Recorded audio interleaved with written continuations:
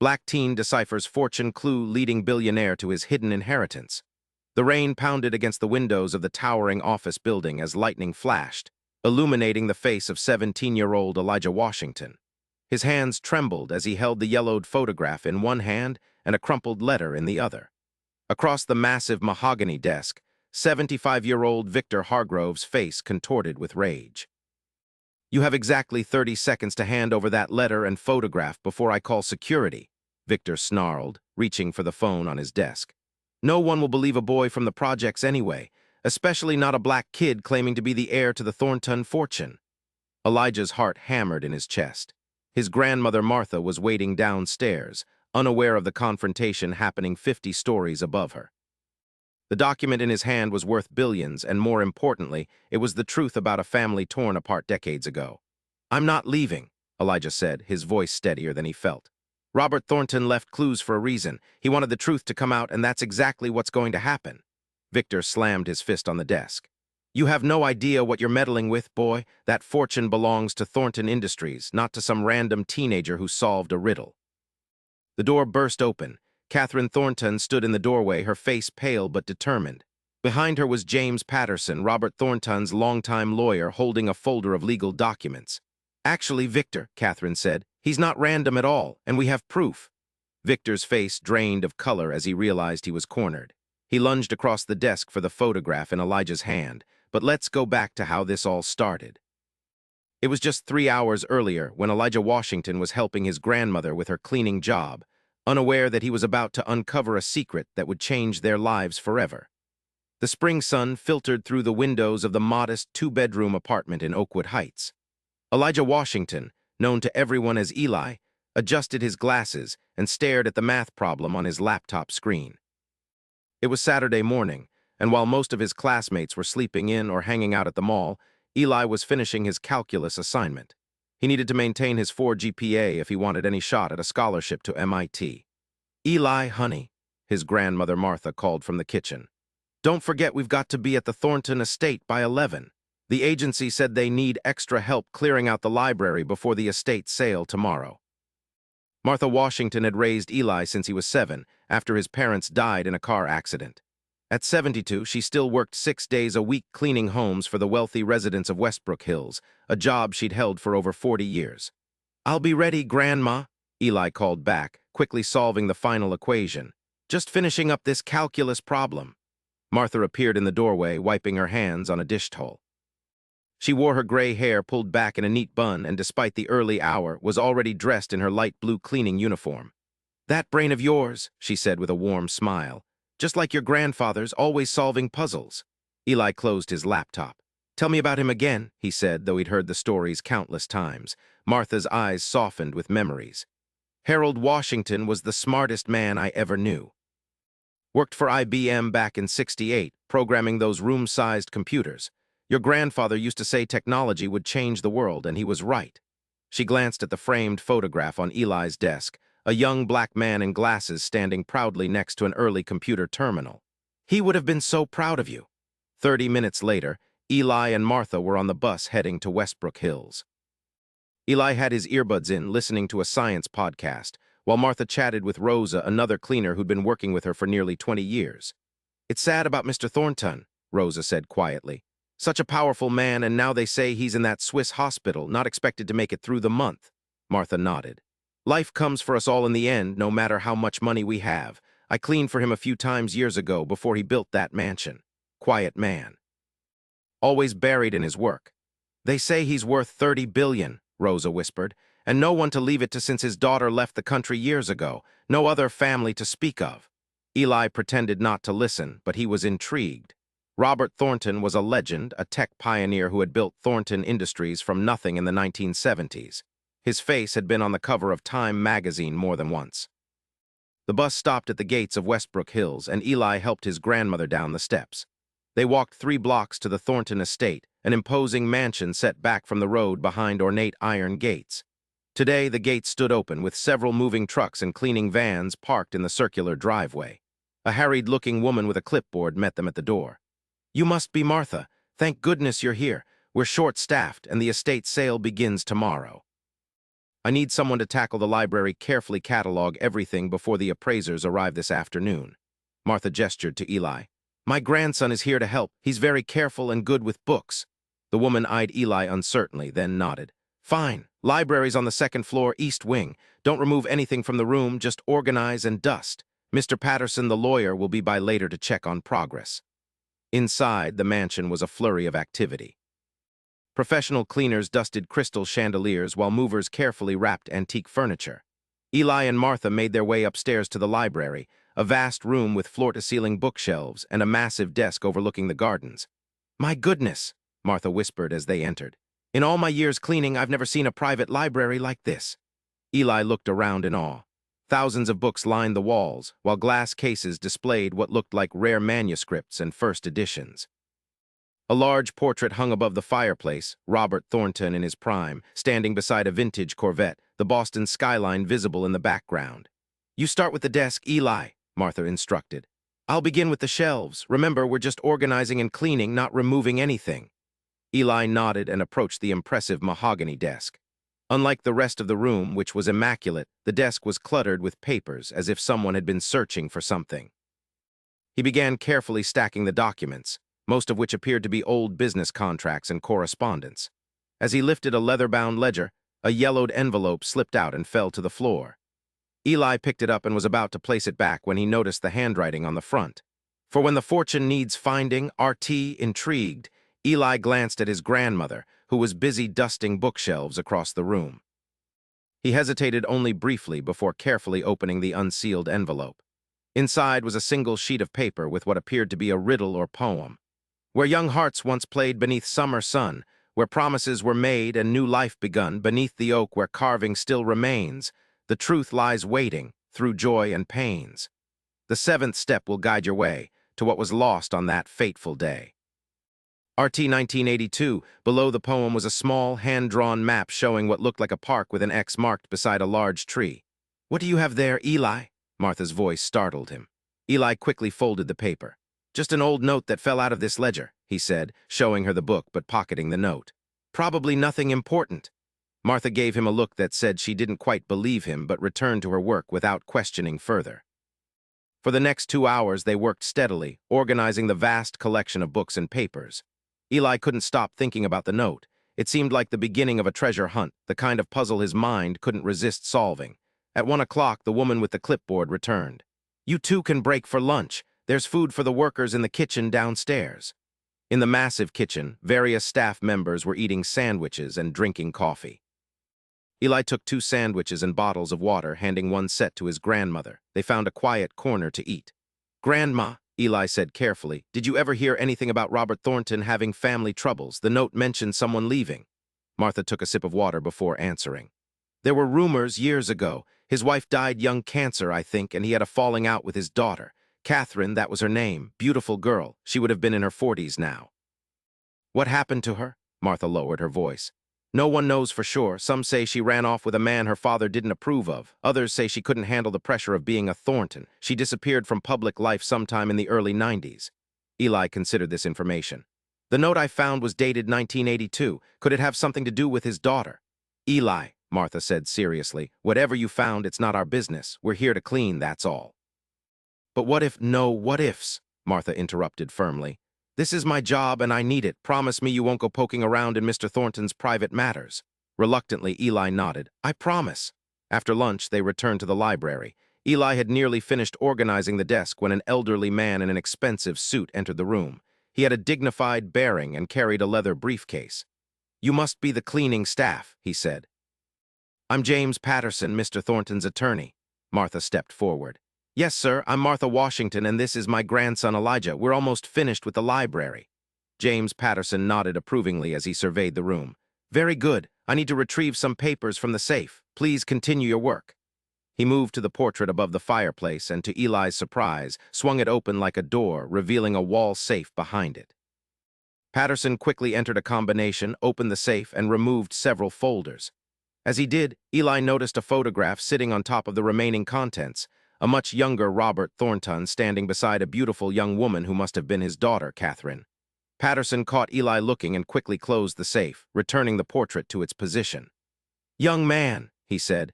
Curiosity is a valuable trait, but in this house it could be problematic. Some secrets are best left undisturbed. With that cryptic warning, he left the room with his folders. See what I mean? Martha whispered once Patterson was gone. Not our business, Eli. But the seed had been planted in Eli's mind. There was a mystery here, and despite his promise to his grandmother, he couldn't ignore it. The note in his pocket seemed to burn with possibility. They finished cleaning the library by 4 o'clock. As they were preparing to leave, the woman with the clipboard approached them again. Mrs. Washington, would you be able to come back tomorrow to help with the estate sale? We'll pay overtime. Martha nodded. Of course, same time. 8 a.m. sharp, we're expecting crowds. She handed Martha an envelope. Your pay for today, thank you both. Outside, as they waited for the bus, Eli made a decision. Grandma, I'm going to meet Sophia at the library to study. I'll be home for dinner. Martha gave him a knowing look. Eli Washington, I've raised you since you were 7. I know when you're not telling me everything, but you're 17 now, almost a man. Just be careful whatever you're up to and be home by 7 for dinner. Eli hugged his grandmother. I will, I promise. Instead of heading to the public library, Eli took a bus in the opposite direction, toward Oakwood Park. The hand-drawn map from the note had looked familiar, and he now realized it was a sketch of the old part of the park, where a massive oak tree had stood for generations. The park was quiet on this spring afternoon, with just a few families enjoying the playground and an elderly couple feeding the ducks at the pond. Eli made his way to the eastern section, where the great oak dominated a small hill. Standing before the massive tree, Eli pulled out the note and read it again. Where young hearts once played beneath summer sun, where promises were made and new life begun, beneath the oak where carving still remains. He began examining the trunk of the oak, walking slowly around it. On the far side, facing away from the main path, he found what he was looking for, a heart carved into the bark, weathered by decades of exposure but still visible. RT plus AD 1979. RT would be Robert Thornton, but who was AD? Eli looked back at the note. The 7th step will guide your way. There were no steps visible nearby. Eli sat on the ground, leaning against the tree to think. The clue had to refer to something specific, something that would have made sense to whoever the note was intended for. As he pondered, his hand absently traced patterns in the dirt beside him. That's when he noticed something. The ground around one side of the tree was slightly raised, forming what could be interpreted as a natural step. He counted around the tree, starting from the carved heart. 1, 2, 3. At the 7th position, the root of the tree formed a distinct arch above the ground. Eli bent down and peered underneath. There was a small hollow space just large enough to contain. What? Reaching carefully into the hollow, his fingers touched something solid, a metal box about the size of a paperback book, caked with dirt. He pulled it out and brushed it off. It was a simple tin box, the kind used for cookies during the holidays, now rusted at the edges. With trembling hands, Eli opened it. Inside was a bundle wrapped in a faded silk handkerchief. He carefully unwrapped it to reveal a small leather-bound journal, a gold locket, and an envelope addressed simply to Catherine. Eli hesitated. This was clearly private, possibly very personal. But his curiosity was overwhelming. He opened the journal first and began to read. The first entry was dated April 12, 1979. Today I met the most beautiful woman I've ever seen. Angela Davis, no relation to the activist, she joked. A brilliant literature professor with a mind as sharp as her wit. I'm a man transformed.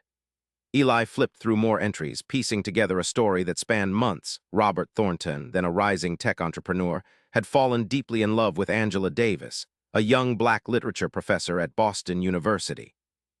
Their relationship was kept secret due to the social climate of the time. Then an entry from January 1980 caught his eye.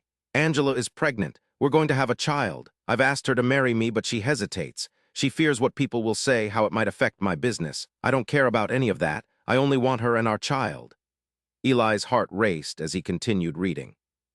Story took a darker turn in the entries from mid-1980. The board is threatening to remove me if I marry Angela. Inappropriate, they call it. A scandal that would damage shareholder value. As if love could be inappropriate, as if our child is a scandal. And then the final entry, dated September 15, 1980. Angela is gone. Her sister called to say there were complications with the birth. Angela didn't survive. The baby, our daughter, was taken by Angela's family. They don't want me involved, a white man they never trusted. They've disappeared, taking my child with them. I've hired investigators, but nothing. Today I buried the love of my life. Someday I will find our daughter, I swear it. Eli sat motionless, the journal in his lap, as the implications washed over him. Robert Thornton had a child, a biracial daughter born in 1980, who would now be around 45 years old. Not Catherine, as everyone assumed, but another daughter who no one knew about. He picked up the locket next and clicked it open. Inside was a tiny photograph of a beautiful black woman with a radiant smile, Angela, and a small curl of baby hair. The final item, the sealed envelope addressed to Catherine, Eli left unopened. Whatever message Robert had written to his publicly known daughter was private. As the sun began to set, Eli carefully rewrapped everything except the journal, which he slipped into his backpack. He returned the box to its hiding place beneath the oak tree root and headed home, his mind racing with questions. By the time he reached the apartment, it was nearly 7.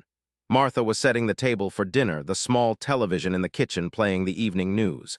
"Just in time," she said, eyeing him carefully. "You look like you've seen a ghost. Everything okay?" Eli washed his hands at the sink. "Yeah, Grandma, just tired from all that cleaning today." They sat down to Martha's meatloaf and mashed potatoes, one of Eli's favorites. As they ate, the news anchor mentioned Robert Thornton's declining health and the speculation about his vast fortune. Sources close to Thornton Industries confirm that the tech billionaire has been moved to a private clinic in Switzerland, the anchor said. His health failing and no apparent heir, questions remain about the future of his $30 billion empire. Victor Hargrove, Thornton's longtime business partner, is expected to take control of the company. The screen showed an image of a severe-looking older man with cold eyes, Victor Hargrove, who had been with Thornton Industries since the beginning. "That man gives me the creeps," Martha commented. "Used to clean his office years ago. Never a kind word, never even looked people in the eye. Treated the cleaning staff like we were invisible." After dinner, Eli helped with the dishes, then retreated to his room, claiming he needed to finish his homework. Instead, he pulled out Robert Thornton's journal and continued reading, searching for any clues about what might have happened to his unknown daughter. The next morning, Martha left early for her shift at the Thornton estate sale. Eli waited until she was gone, then pulled out his phone and called his best friend, Sofia Rodriguez. "I need your help with something," he told her. "It's big, Soph, really big." 30 minutes later, they met at their favorite cafe near school. Sofia, with her bright intelligence and unwavering loyalty, was the one person Eli knew he could trust with what he'd discovered. "So let me get this straight," Sofia said after Eli had explained everything. "You found Robert Thornton's secret journal, which reveals he had a biracial daughter no one knows about, who would now be in her 40s. Eli nodded. "And I think he's been looking for her his whole life. That's why he wrote the riddle and hid these mementos. He was creating a trail for Catherine, his known daughter, to find after he died. He wanted the truth to come out. But why not just tell people? He's Robert Thornton. He could hold a press conference tomorrow." "I don't know," Eli admitted. "Maybe there's something in Catherine's letter that explains it, but I didn't open it." Sofia took a thoughtful sip of her coffee. "So what now?" "Are you going to try to find this mystery daughter? The baby would be a grown woman now." "I'm not sure, but—" Eli hesitated. "There's something else. My grandmother always told me that my mom was adopted. She died when I was 7, so I never really asked questions, but she would have been about the right age." Sofia's eyes widened. "Eli, are you saying what I think you're saying, that your mom might have been Thornton's secret daughter?" "I don't know, it's crazy, right? But the timing fits, and—" He trailed off uncertain. "What do you need me to do?" Sofia asked, always practical. "I need to get back into that house," Eli said. "There might be more information in Thornton's study or safe. My grandma's working the estate sale today. Can you create a distraction if necessary?" Sofia grinned. "Consider it done." The Thornton estate was crowded when they arrived. Wealthy collectors and the merely curious packed the grounds, examining furniture, art, and collectibles with numbered tags. Martha was busy in the main ballroom, keeping an eye on valuable crystal displays. Eli and Sofia slipped upstairs, avoiding the areas where the sale was taking place. The library, fortunately, was roped off with a sign reading "Private Collection, Not for Sale." "Keep watch," Eli told Sofia as they entered the library. "I need to check that safe." "You don't know the combination," Sofia pointed out. "No, but I saw Patterson enter it yesterday. It looked like a date 1980, probably September 15, 1980, the day Angela died." Eli moved to the portrait and swung it open as he'd seen Patterson do. He carefully entered the numbers, 9151-980. There was a soft click and the safe door opened. Inside were more folders, legal documents, and the photograph he'd seen before young Robert with Catherine. But there was also a smaller envelope labeled DNA Results, and a file marked Davis Family Investigation. Eli's hands trembled as he opened the DNA Results envelope. Inside was a report dated just 3 months ago. Comparison analysis confirms subject Elijah Washington, sample obtained from discarded water bottle at science fair, is the grandson of Robert Thornton with 99.97% probability through maternal line. The room seemed to spin around him. They had been tracking him. Someone Patterson probably had been investigating him, which meant, "Eli," Sophia hissed from the doorway. "Someone's coming." Eli quickly photographed the DNA report with his phone, then grabbed the Davis family investigation file and stuffed it into his backpack. He closed the safe and returned the portrait just as footsteps approached. They ducked behind a large bookcase as James Patterson entered, accompanied by the severe-looking man from the news, Victor Hargrove.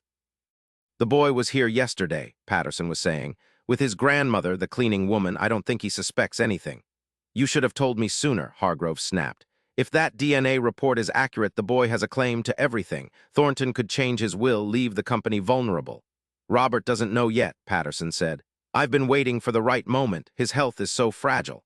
"Don't be a fool, James. If that boy is truly Angela Davis's grandson, he could inherit billions. Our plans for Thornton Industries would be finished. We need to make sure he never connects the dots." Eli felt Sophia's hand grip his arm tightly. They remained frozen behind the bookcase as the men moved toward the safe. "The report is in here," Patterson said, opening the safe with the same combination Eli had used. There was a moment of silence then. "It's gone, the file too." "What do you mean it's gone?" Hargrove's voice was deadly quiet. "Someone's taken the DNA report and the Davis investigation file." "Find them," Hargrove ordered, "and find that boy now." The men hurried from the room. As soon as they were gone, Eli and Sophia emerged from their hiding place.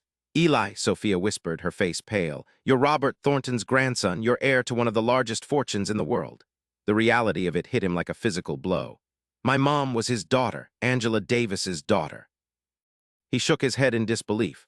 "But we need to be careful. That man Hargrove, he sounds dangerous." "We need to tell your grandmother," Sophia insisted. "No," Eli said firmly. "Not yet. She's downstairs with dozens of people around. We need to figure this out first, somewhere safe." They slipped out of the library and found an empty bedroom where they could examine the stolen file. Inside were decades of investigation reports, all searching for Angela Davis's family and her baby. The most recent report, dated just 6 months ago, had finally traced the baby, a girl named Michelle, to her adoption by Harold and Martha Washington in 1981. "Michelle Washington, my mother," Eli whispered. There was a photograph of her as a young woman, and the resemblance to the picture of Angela in the locket was striking. The file contained more: school records showing Michelle's exceptional intelligence, newspaper clippings of her academic achievements, and finally the obituary from when she and Eli's father died in the car accident 10 years ago. "They've been watching my family for months," Eli realized, "ever since they made the connection." "But why hasn't Patterson told Thornton yet?" Sophia wondered. "Maybe he's working with Hargrove," Eli suggested. "They talked about plans for the company." "If I'm the heir, I could mess that up." They pored over the rest of the documents, finding evidence that Hargrove had been systematically positioning himself to take control of Thornton Industries for years, preparing for Robert's death. The latest report indicated that Robert had less than a month to live. "We need to get to Thornton," Eli decided, "before it's too late." "He's in Switzerland, Eli." "Then we need leverage, something to force Patterson to connect us." Eli thought for a moment, then his eyes lit up. "The letter to Catherine, it must explain everything. It's still in the box under the oak tree." They left the mansion carefully, avoiding areas where they might be seen by Patterson or Hargrove. As they hurried toward the bus stop, Eli spotted his grandmother through a window, still working diligently inside. A pang of guilt hit him. After today, her life would change forever too. At Oakwood Park, they retrieved the tin box from beneath the oak tree. Eli finally opened the envelope addressed to Catherine and read Robert Thornton's letter to his publicly known daughter. "My dearest Catherine, if you're reading this, I am gone, and you've followed the clues I left. I've wanted to tell you this truth for decades, but could never find the courage. Before I met your mother, there was another love in my life, Angela Davis, a brilliant and beautiful woman who captured my heart completely. When our relationship became known, the board threatened to remove me from the company I had built. I was a coward. I chose the company over love, and it's the greatest regret of my life. What I didn't know then was that Angela was pregnant with my child. She died in childbirth, and her family took our baby girl away, wanting nothing to do with me. I've searched for our daughter my entire life. The fortune I've built means nothing without family to share it." If I've found her by the time you read this, you'll already know. If not, I ask you as my daughter to continue the search. Find your sister. Share with her what should have been hers all along, not just wealth, but her true heritage and family. I'm sorry for the distance between us over the years. Perhaps now you understand why I was always searching, always distracted. I hope you can forgive me. With all my love, your father. Eli folded the letter carefully, his vision blurred with tears. He never stopped looking for her for my mom. And now you found him instead, Sophia said gently. What are you going to do? Eli took a deep breath. First, I need to tell my grandmother everything. Then we need to contact Robert Thornton before it's too late. When they returned to the apartment, Martha was already home, sitting at the kitchen table with a worried expression. Elijah Washington, where have you been? I've been calling for hours. Then she noticed his serious expression. What's wrong, baby? Grandma, Eli said, sitting across from her. I need to tell you something about Mom, about who she really was. Carefully, he laid out everything he discovered, the journal, the locket, the investigation files, and the DNA test. Martha listened in stunned silence, her hands trembling as she looked at the photograph of Angela Davis. All these years, she finally whispered. Harold and I always wondered. The adoption was so unusual, a private arrangement through Angela's sister. She made us promise never to look for the father, said it would only bring pain. She looked up at Eli, tears in her eyes. You have your mother's eyes and your grandfather's mind. Which grandfather? Eli asked softly. Both of them, I suppose, Martha said with a sad smile. Oh, child, what have you gotten yourself into?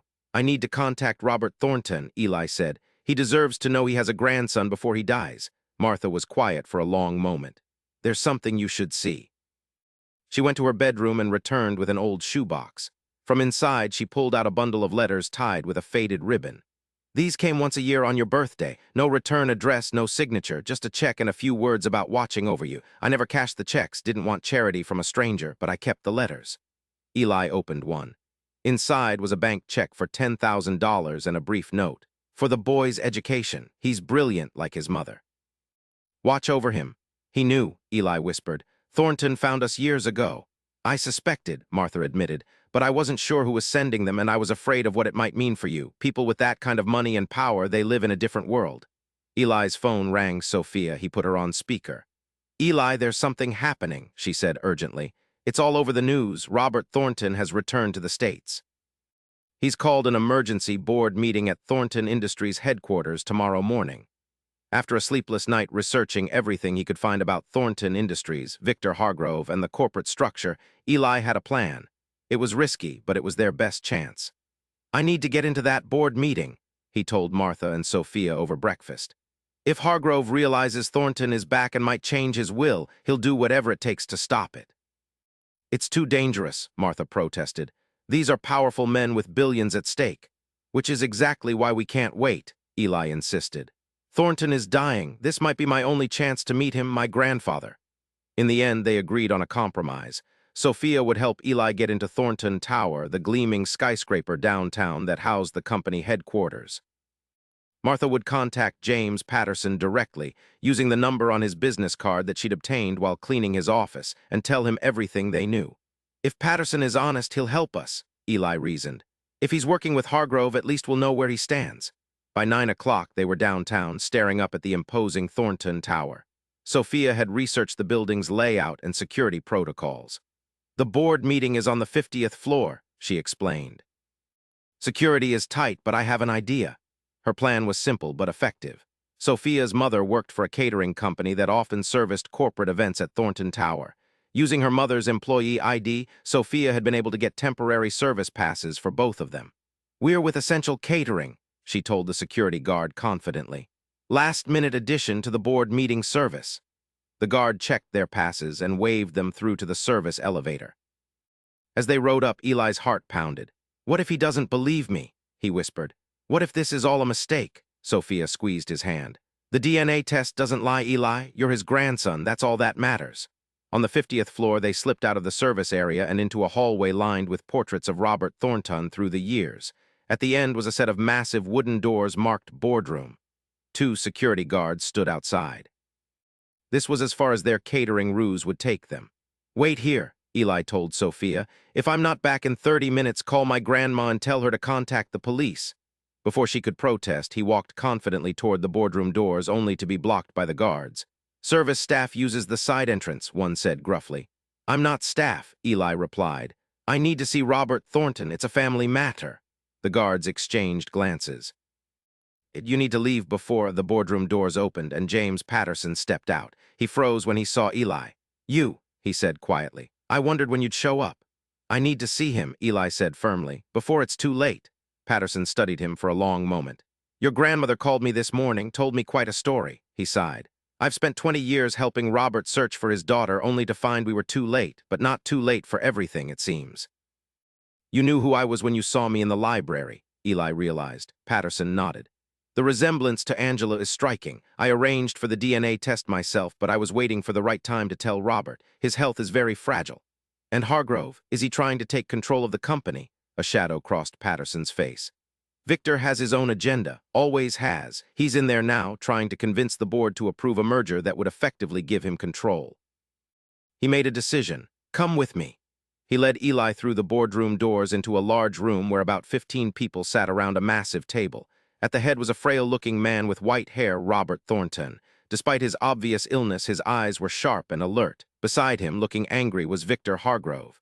What is the meaning of this interruption, James? Hargrove demanded. And who is this boy? Patterson guided Eli to stand beside him at the table. Board members, before we vote on Mr. Hargrove's merger proposal, there's something you should know. He placed his hand on Eli's shoulder.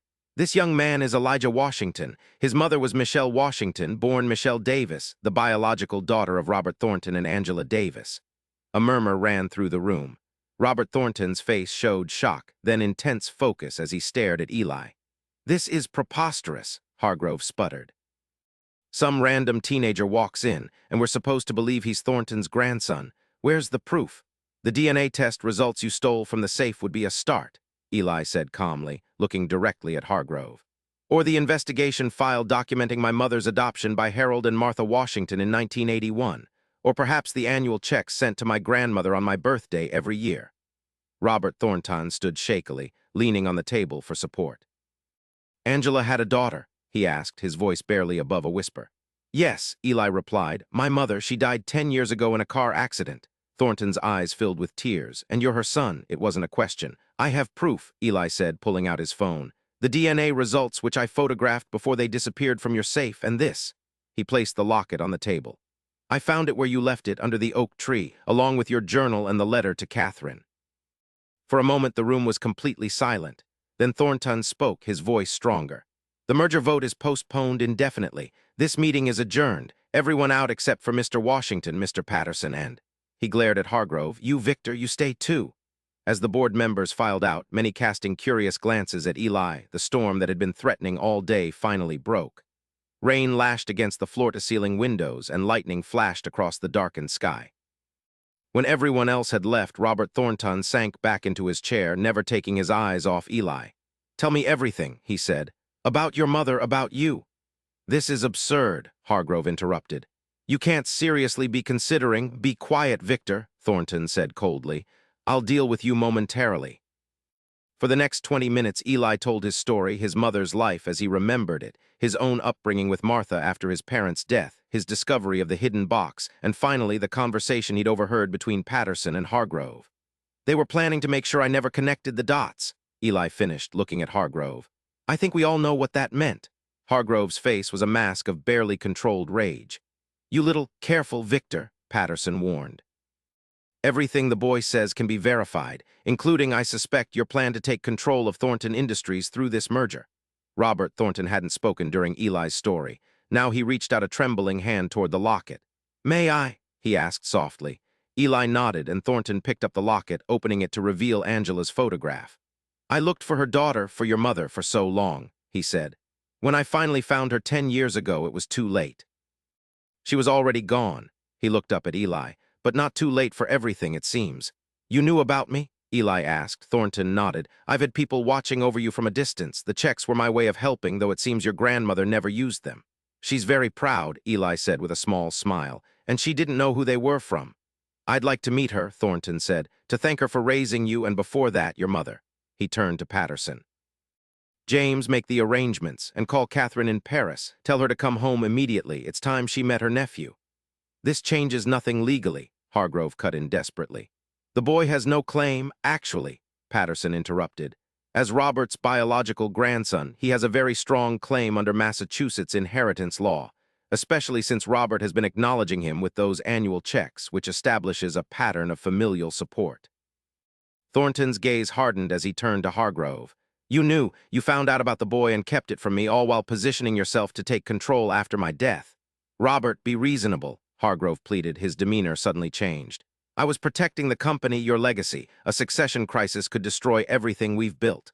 No, Victor, you were protecting yourself. Thornton pressed a button on the table. Security, please escort Mr. Hargrove from the building. His access is permanently revoked. Hargrove's face contorted with rage. You can't do this to me. I built this company with you. And yet here I am doing exactly that, Thornton replied calmly.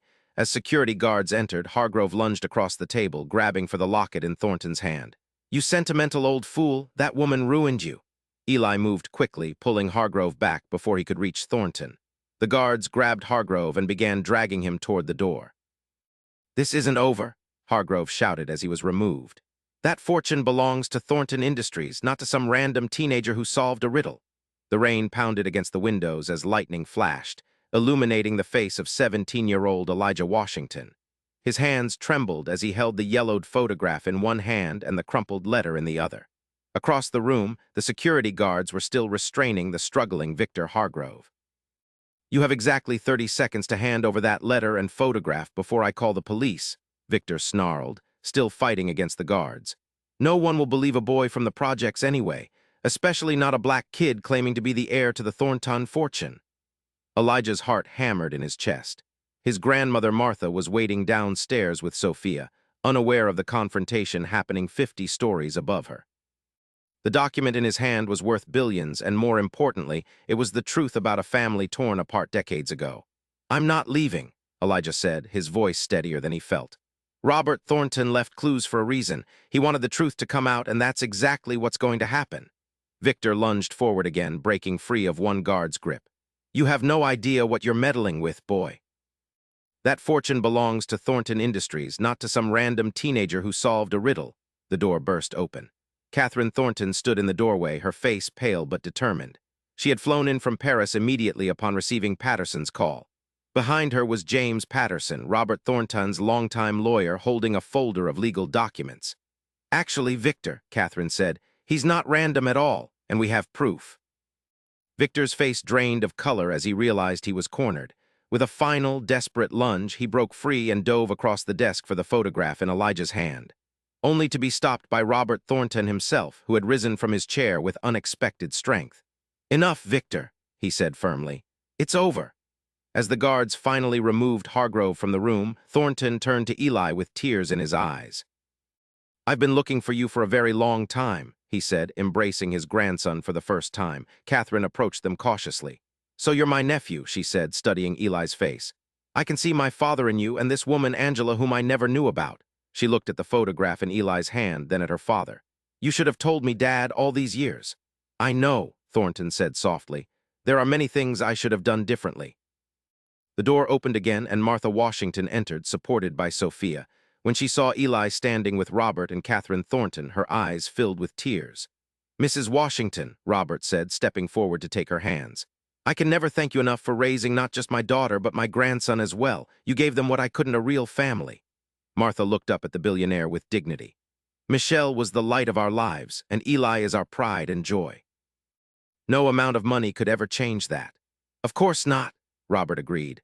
But perhaps we can be a family now, all of us together, for whatever time I have left. 1 month later, the Thornton estate had been transformed.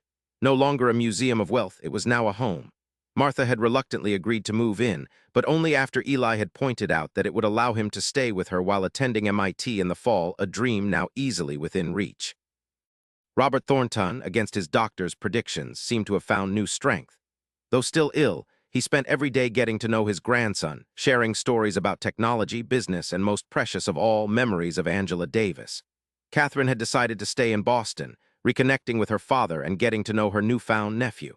After years of estrangement, she and Robert were finally healing old wounds. On a warm summer evening, they all gathered on the terrace overlooking the gardens. Robert sat in a comfortable chair, a blanket over his legs despite the warm weather, watching as Eli, Sophia, and Catherine played a competitive game of Scrabble. Martha sat beside him, sipping iced tea. "He's remarkable, your grandson," Robert said quietly. "So much like his mother and his grandmother."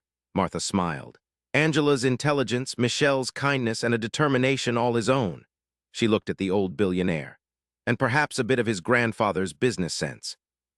"Have you seen his proposal for the Thornton Foundation?" Robert nodded proudly. "A scholarship program for underprivileged students interested in tech and literature, honoring both Angela's passion and mine. He's going to change the world, that boy." "He already has," Martha replied, watching as Eli triumphantly placed his tiles on the board, earning a playful groan from Catherine. "He brought a family together." As the sun set over the Thornton estate, Robert looked at the people gathered around him. His daughter, his grandson, and the woman who had raised them both with love and dignity.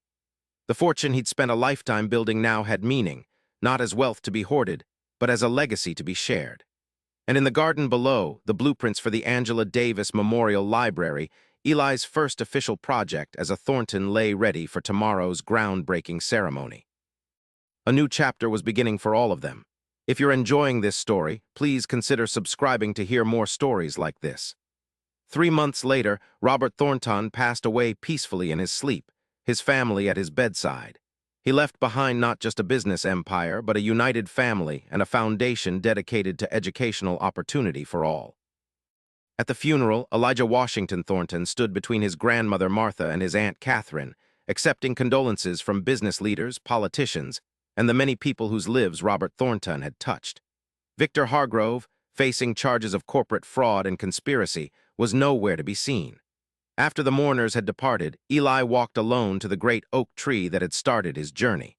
He placed a bouquet of flowers beneath it and stood for a moment in silence. "Thank you," he whispered to the tree, to the grandfather who had left clues for a fortune far more valuable than money, the truth about who he was and where he came from. As Eli turned to leave, he noticed a young girl watching him curiously from a nearby path. "Are you really the boy from the news?" she asked. "The one who found the secret fortune?" Eli smiled. "I found something better than a fortune," he told her. "I found my family." The girl considered this. "That's a good story," she decided. "The best ones usually are," Eli agreed, looking back at the oak tree one last time before walking toward the future his grandfather had helped make possible. Thank you for listening. If this story touched you, please subscribe and share your thoughts in the comments.